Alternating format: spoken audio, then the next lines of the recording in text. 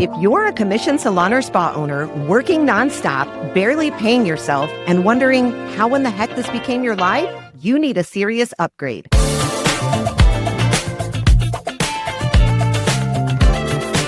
Welcome to the station.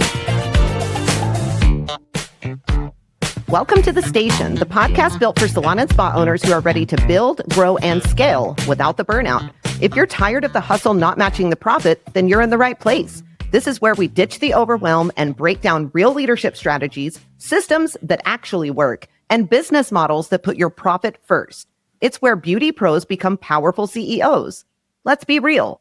This industry teaches us how to grind, how to stay booked, how to push through long days, build a team, maybe even hit big revenue milestones. But you know what it rarely teaches us? How to stop, or at least how to slow down when we need to. How to create a future that doesn't depend on you standing behind that chair forever. So today we are talking about something that makes a lot of salon and spa owners uncomfortable, but it's way too important to ignore, and that is retirement.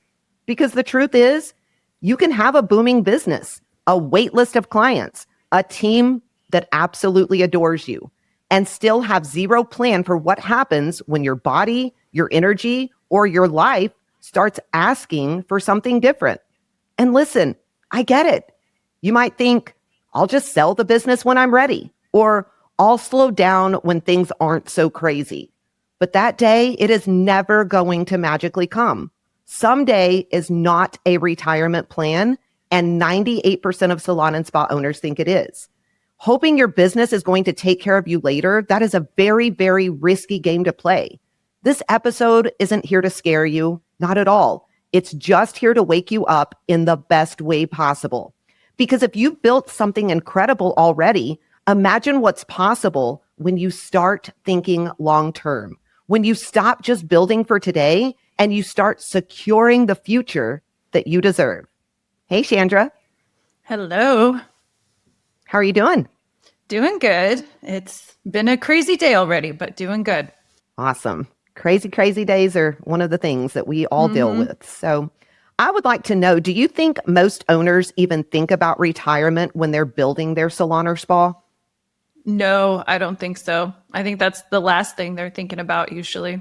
100%. Why do you think our industry avoids long-term financial planning the way that it does? I don't really know why, but I think it's just never part of our industry, really. We're not the kind of industry that has retirement plans in most of the salons and spas. I think we're just not always thinking about that. And I think we'll make enough money that will be fine. But no, we're not saving or we're not doing the things that we should be doing. So even when I talk to stylists, that's not ever a thought in their mind about retirement. So I think it's just not, we don't think about it in our industry. I think that right there is the reality check that most owners don't get until something forces them to actually slow down, right? We spend so much time building for the now. We try to keep our books full. We try to lead our team the best that we can. We try to hit those monthly goals that we just forget one day the pace is going to have to shift. And it happens way quicker than what we probably even want or realize. I know that in my life right now, I'm getting to the age where I'm like, okay, this is becoming really, really real. And I really have to start thinking about it way more than what I have in the past. So have you ever felt that way? Oh, yeah, for sure. I mean, I think I'm at that similar point as well, where I have to really start putting that first. Yeah, definitely. Well, I want to share a story with our listeners that kind of brings this to life because it's something that we see way more often than people would probably think. We worked with a salon owner who had been in the game for over 25 years. She had the dream setup, to be honest with you, a very loyal client base, a strong team, solid revenue, but zero, and I mean zero exit plan. Everything still depended on her. If she stopped working, the income was going to stop too. She realized one day, after an injury forced her to cancel a full week of clients, that she had no real safety net, no savings, no succession plan, and no way to pull back without everything just falling apart. I bet there are so many people that can relate to that. But at the Beauty Biz agency, we helped her completely restructure her business to prepare for that next season. She implemented memberships. She built up her retail. She handed over leadership responsibilities, and she started documenting every system that she built over the years. Fast forward, now she is semi-retired. I wouldn't say even close to retired, but semi. She works maybe a few hours a week, mentors her successor, and still earns consistent income. Her salon is now becoming her retirement plan, not her retirement problem. Chandra, I know you have seen the mindset shift happen like this, where someone stopped thinking about what's next week and started thinking about what's actually 10 years from now. Why do you think people don't see this mindset shift in real time and they just kind of push it off every single second of the day? Yeah, I think you just get stuck in the daily grind and you think, I'll get to that. Oh, I'll start doing that eventually. I'll start doing that later. Right now, I just got to make the money to pay the bills. Right now, I just got to make the money to do this. And I think that just gets pushed aside. I know I've done that where I'm like, oh yeah, I got time. I'll think about that later. And then it does sneak up on you or something happens where you can't work and you can't be the one carrying it. So yeah, I think we just push it aside. We're just trying to get through right now. Why do you think building a business that can run without you is so uncomfortable for so many owners? I don't know. I think we just like to be in control. I think we want to know what's going on all the time. We want to control everything. And I think we think that if we're not there, everything's just going to fall apart. And it doesn't have to be the case for sure. But I think that's where the mindset tends to lie with most of us. I feel like a lot of us, we love to live in this reactive state. And that goes back to the control. Exactly, right? It's that reactive state. And I think that is the moment when we realize it, that things really start to click. When someone just stops reacting to their business and they start leading it with intention. But for a lot of owners, building something that can run without them, it feels very, very unnatural. Almost like they're stepping away from the thing that they have poured their heart, soul, and life into. And if anybody understands that, it's you and I, because we've been in that position. But here's the flip side that nobody talks about. The longer you wait to make your business less dependent on you, the harder it is going to be. And this isn't just about stepping back one day or someday. It's about protecting everything that you are building right here and right now. So if you are out there and you're thinking, okay, I want this kind of freedom, but I don't have a clue where to start, this is it, this moment right now. Let's walk through 6 pillars that take you from doing it all yourself to actually having a business that can actually support your life long term, which would mean retirement.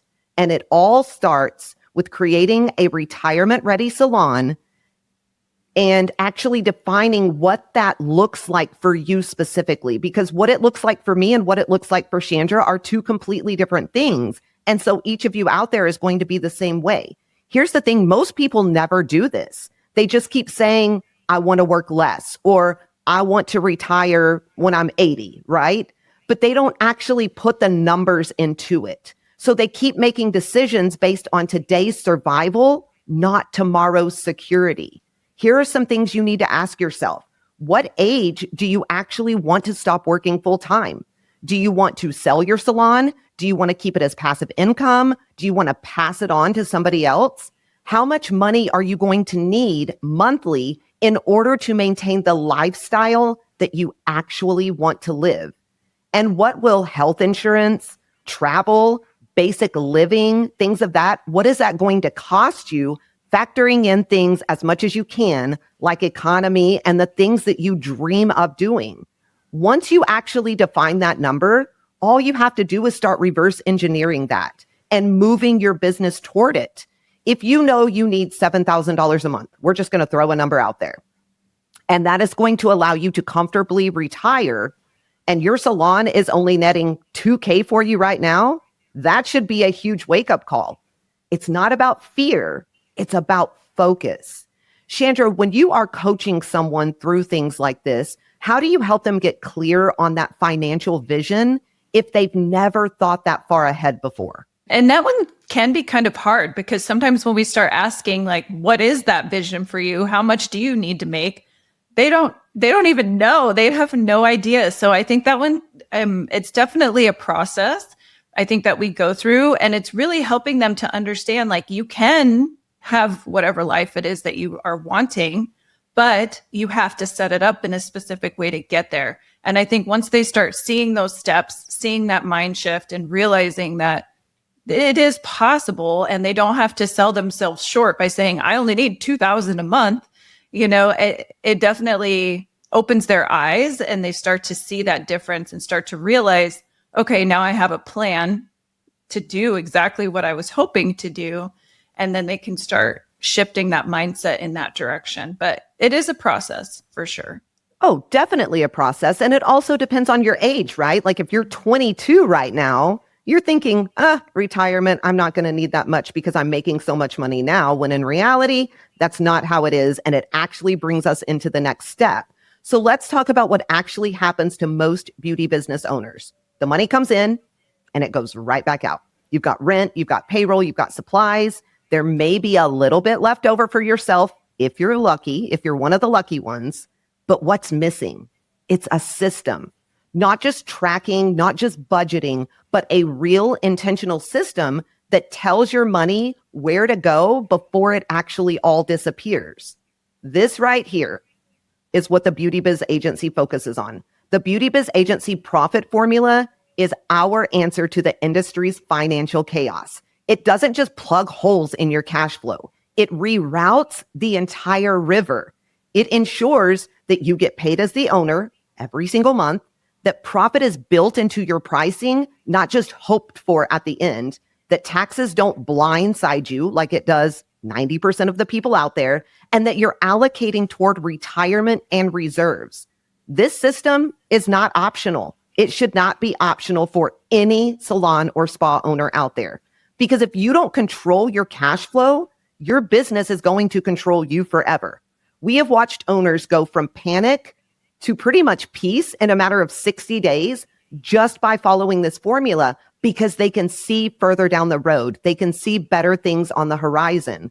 Chandra, why do you think so many salon owners resist financial systems, especially when they know their current way isn't really working out the way that they hoped? Yeah, I think that they're just afraid of it. They're afraid that it won't actually work, or they're afraid it won't actually happen, or they don't fully understand what those numbers mean. So they are just kind of ignoring them or hoping they're just going to go away and everything's just going to work out. But when you can wrap your head around that, it, like you said, it is life-changing for your future, for your business, for everything. But I think they try to avoid the numbers as much as possible. Well, and it gives you this sense of hope when you start seeing, and please know, we aren't saying that your situation is going to turn around in 60 days completely, but it does give you something that you can see. And when you know that there is hope out there, right, that things can change, that you can see the sunshine kind of coming up, it just gives you this invigorating feeling to where you want to push forward and you want to start digging into that just a little bit more. All right, this one, I think we need to say really, really loud for the people in the back. You cannot outwork time. You can't. Your hands, your body, your energy, it's all limited.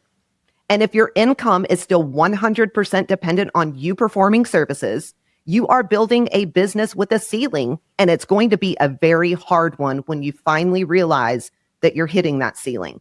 This is especially important for those of you who are solo providers. If you don't have a team yet, this is the moment that you have to start thinking bigger. Because yes, you may be killing it right now. I'll give that to you. You might be. You may be booked out. You may be charging your worth. You may be making really, really good money. But what happens when you want to slow down or when life forces you to? You don't need to build some massive salon team overnight, but you do need to start planting the seed of something that can grow beyond you. Because real freedom, it doesn't come from working more. That's what they drill into our heads, and it is not the truth. It comes from earning differently. Scalable revenue is going to be the key in order to building a future that you can step into and actually have a sustainable life with instead of just survive. That could look like, for those of you salon owners out there and even solos, VIP memberships that create recurring income and loyalty, selling retail online or through maybe an automated system inside of your space, hosting paid workshops, offering digital education, monetizing your expertise, right? And yes, eventually building a team model where your income is not tied to your own hands and your own bookings. So whether you are solo, whether you already have a team, the goal here is the same. Stop trading hours for dollars and start designing revenue that continues even when you can't. Think of it this way.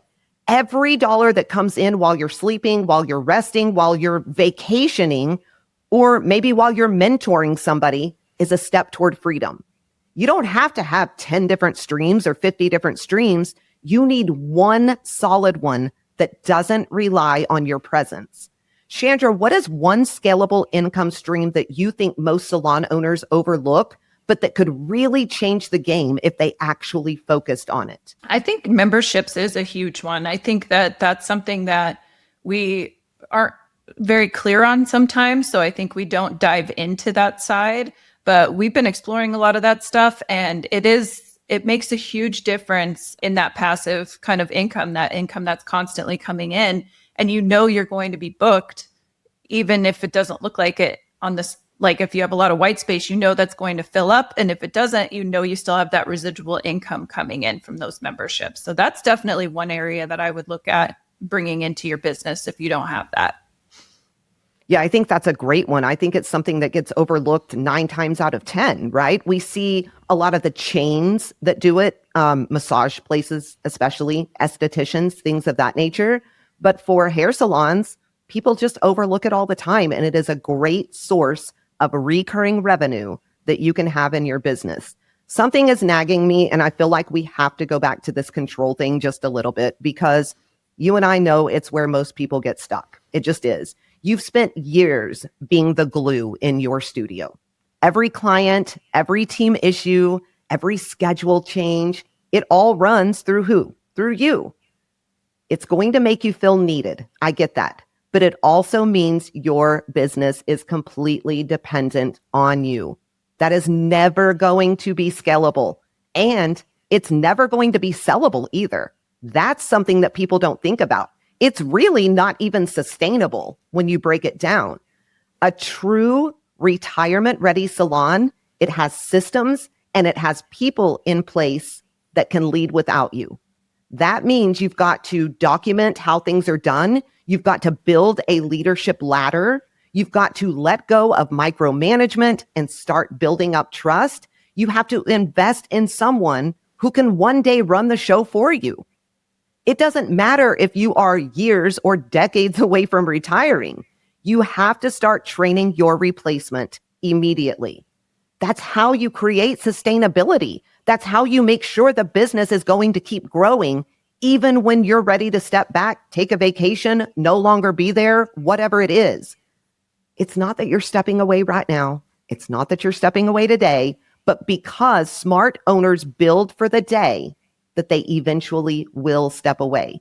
Chandra, when you've helped salon owners start building leadership teams, what's the biggest shift they have to make in order to let go of that control? I think that it's trusting their team. I think it's giving away those things and empowering their team to do it for them instead of being the roadblock constantly. So I think that trust is a big one, is giving that away a little bit. Well, and we've all been burned. Let's be honest. We've all been burned at some point in time. And it's really, really hard to start handing that trust over again. It's no different than in your personal life, right? Like you get burned by boyfriends or people or whoever, you're not going to trust anymore. It's the same way in business. And it is really, really hard. But without letting go of some of the control, you're never going to get to where you need to be. And it's part of life. You have to trust some people. You can never do it all on your own. So I want to step outside of your business for a second, because even if your salon is growing, your personal finances, they may be a mess. And it's something that we have to talk about when it comes to retirement. There are many salon owners out there that mix business and personal accounts. They skip paying themselves to reinvest in the salon. That's what we always hear. They have absolutely no emergency fund. and they rely on the salon as their only plan, their only retirement plan, their only plan for a paycheck, their only plan for anything. All of these things, they make your business very, very fragile. You have to start treating yourself like a priority. You have to, we preach this on this podcast.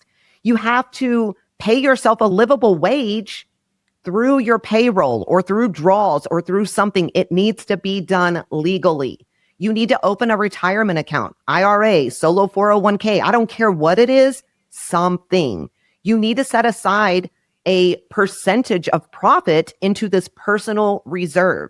Talk to a freaking financial advisor who understands the beauty industry, who understands entrepreneurship, because the ultimate goal is to have money coming in with or without your salon. And so you have to start thinking about that. Your business, it should fund your life, not the other way around. Chandra, what's one financial boundary you think every salon owner should set for themselves almost immediately? Oh, I think it's definitely setting aside a portion of profit and paying yourself. I think those are two things. Like, you have to get paid and you need to be profitable. And so I think if you set those boundaries up to where, irregardless, you have to be paid, you will find a way to work your finances and make your money perform in a different way that you will have that money at the end of the month. I agree with that 1,000,000%. I don't think you could have said it any better. So let's end with what's possibly the hardest part of all of this, and it's identity. For most salon owners, your business isn't just what you do, it is who you are. You've spent years building your name, your reputation, your book, all of this stuff. The idea of stepping back, it can feel like you're almost erasing a part of yourself. But here's the truth. Your value, it is not tied to your schedule. You are not your service list. You are not your weekly revenue. You are the visionary. You are the leader. You are the culture setter. And when you evolve into a new season, whether that is mentoring, whether it's coaching, whether it's writing, whether it's just living your life, that is not stepping down. It's just leveling up. And I wish that each and every one of you out there could see that, because it really, really is. Retirement does not mean disappearing. Stepping back doesn't mean that you are just erasing yourself and disappearing from everything. It means you are stepping forward into a life that you built with actual intention.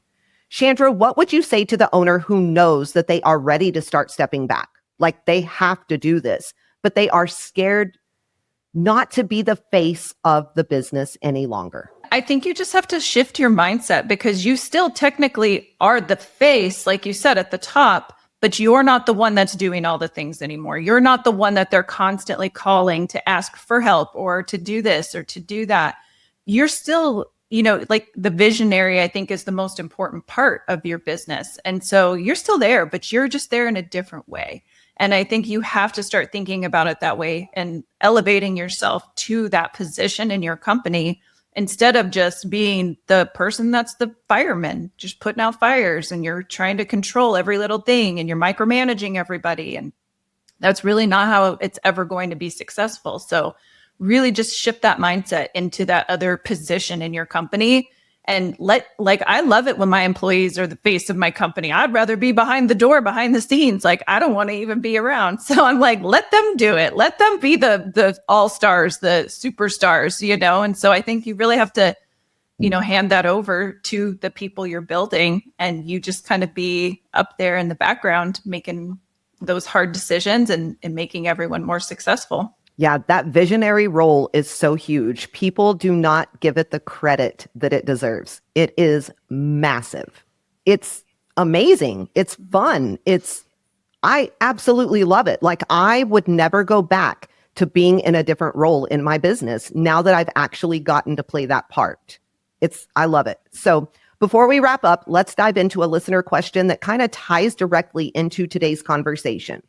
It says, "Hey, Brie, I'm a solo owner right now, but I know I don't want to be behind the chair forever. What's the first step to building a team that isn't going to drain me or maybe flop completely?"